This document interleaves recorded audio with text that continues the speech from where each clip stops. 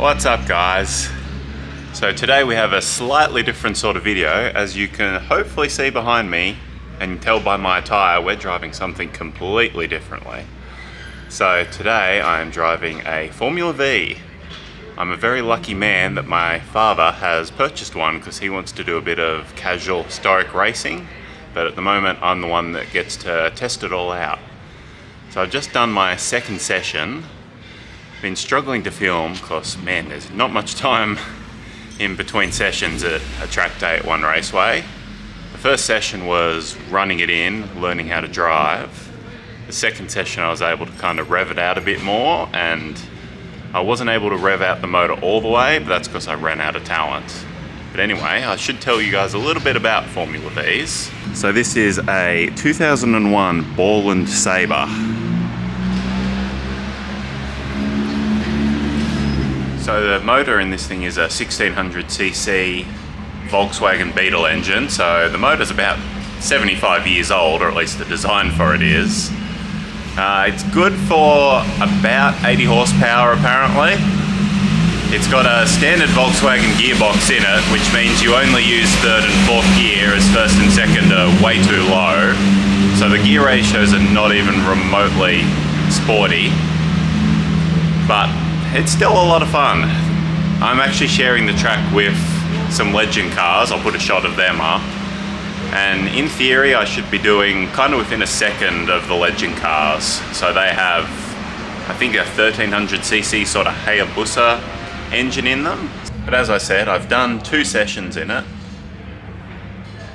I found that I really don't fit in this thing. I'm a very tall person, but I'm not that wide, but I feel too wide for this thing, so I'm gonna need elbow pads because my elbows just hit on these bars around here, and it's really painful when you actually start trying to push it around corners. Luckily, the guy that we bought the car from is actually very tall, so lengthways I fit in there surprisingly well, and it's perfectly comfortable. It's just my shoulders seem to be a bit too wide for it, and I have a lot of trouble changing gear as well. It's lucky you only have to change between third and fourth because it's a real battle. There's another Formula Vee driving today, and you can see he's got this bump on the side, and that allows you to actually have a bit more room to put your hand on the gear stick, so that might be something to look at in the future. Anyway, I've got the GoPro on the car, so hopefully the footage is turning out okay. We'll go out again for our third session and see how I go.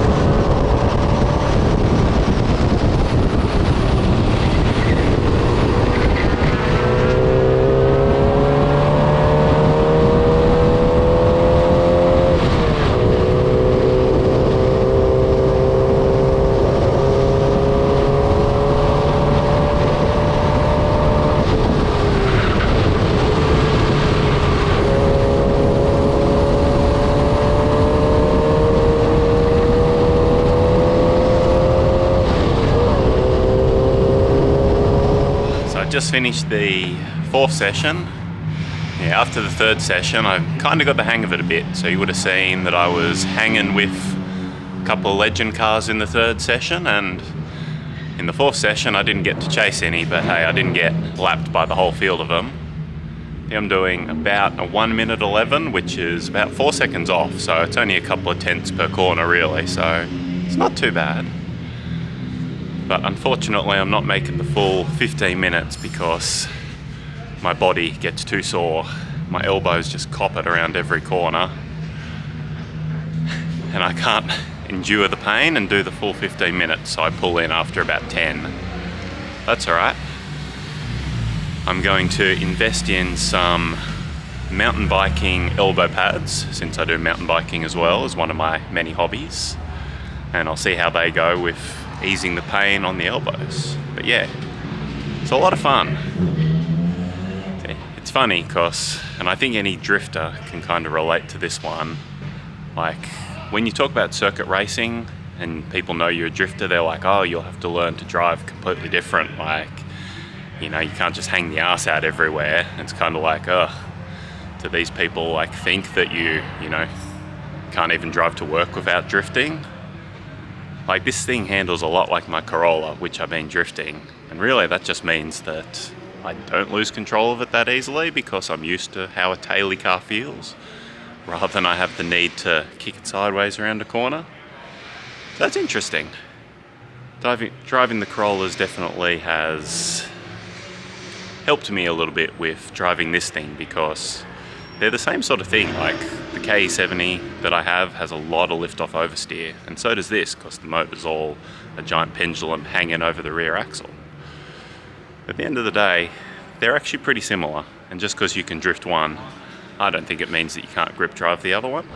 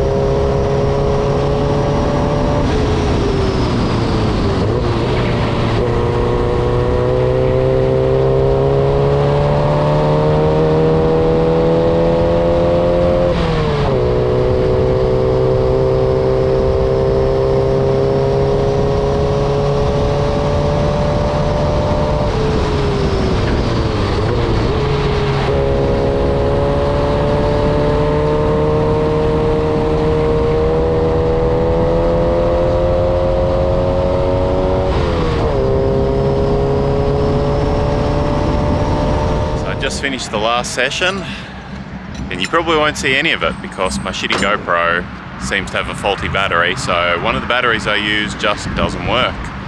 But anyway, you have to take my word that basically every lap was a 111. I managed to do the whole 15 minutes, push through the pain. Yeah, it was a lot of fun. I'm sorry this video is probably really disjointed because I had a lot of trouble sort of fitting in any filming in between the sessions because there's a bit of few things you need to check on these cars between drives, and then it takes a long time to get in the car and put on all the safety gear.